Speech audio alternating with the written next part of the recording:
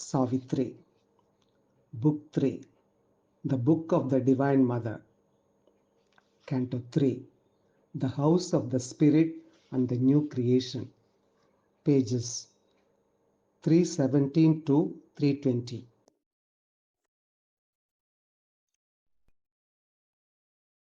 A mightier task remained than all he had done.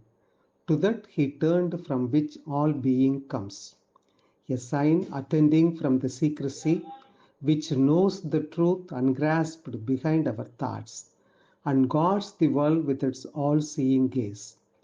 In the unapproachable stillness of his soul, intense, one-pointed, monumental, lone, patient he sat like an incarnate hope, motionless on a pedestal of prayer.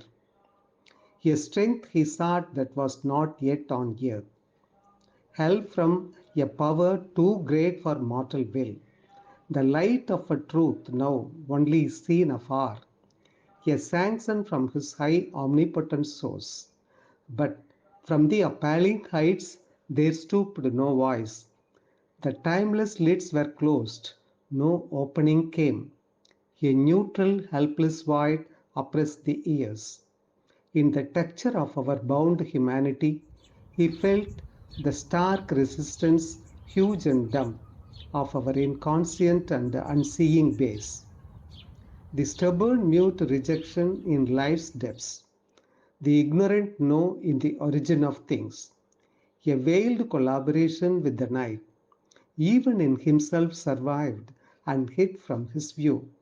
Still something in his earthly being kept its kinship with the inconscient whence it came, a shadowy unity with a vanished past, treasured in an world frame, was lurking there, secret, unnoted by the illumined mind, and in subconscious whispers and in dream, still murmured at the mind's and spirit's choice.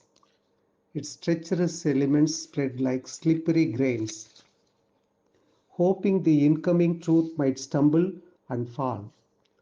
And old ideal voices wandering moaned and pleaded for a heavenly leniency to the gracious imperfections of our earth and the sweet weaknesses of our mortal state.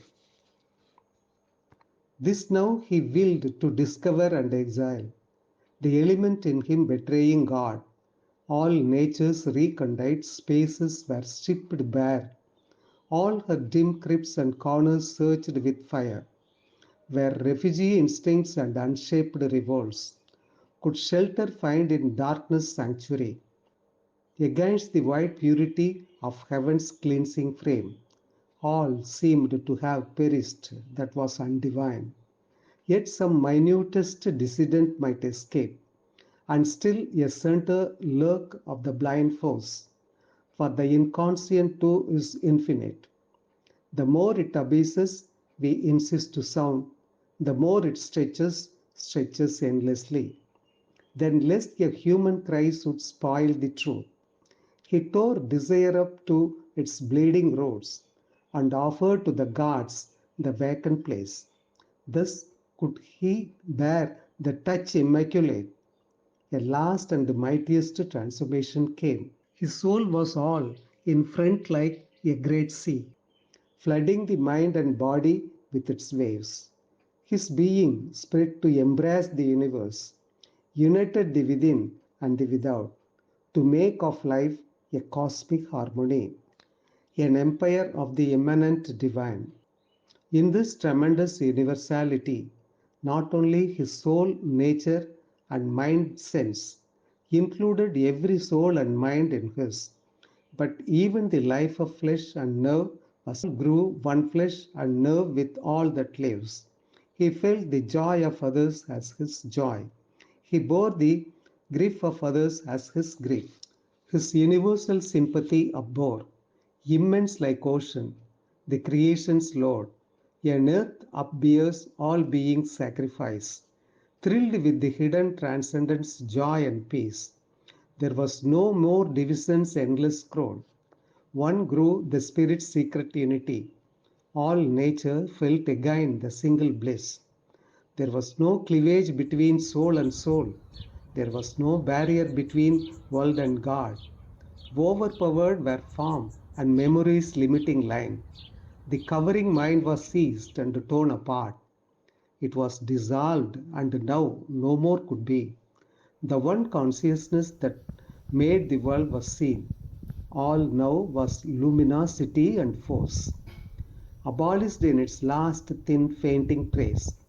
The circle of the little self was gone. The separate being could no more be felt. It disappeared and knew itself no more, lost in the spirit's wide identity. His nature grew a movement of the all, exploring itself to find that all was he. His soul was a delegation of the all, that turned from itself to join the one supreme. Transcended was the human formula. Man's heart that had obscured the inviolable, assumed the mighty beating of a god's. His seeking mind ceased in the truth that knows.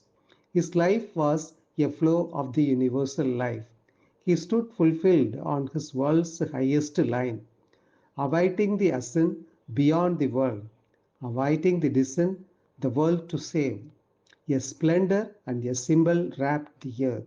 Serene epiphanies looked and hollowed vast, surrendered, wise infinitudes were close, and bright remotenesses leaned near and kin.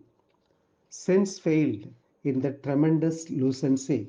Ephemeral voices from his hearing fell, and thought potent no more sank large and pale, like a tired god into mysterious seas. The ropes of mortal thinking were cast down, leaving his knowledge bare to absolute sight. Fate's driving ceased, and nature's sleepless spur. The earthlet heavings of the will were stilled. In the omnipotent's unmoving peace, life in his members laid down vast and mute. Naked, unwalled, unterrified it bore the immense regard of immortality. The last moment died, and all at once grew still. A weight that was the unseen transcendent's hand laid on his limbs the spirit's measureless seal. Infinity swallowed him into shoreless trance.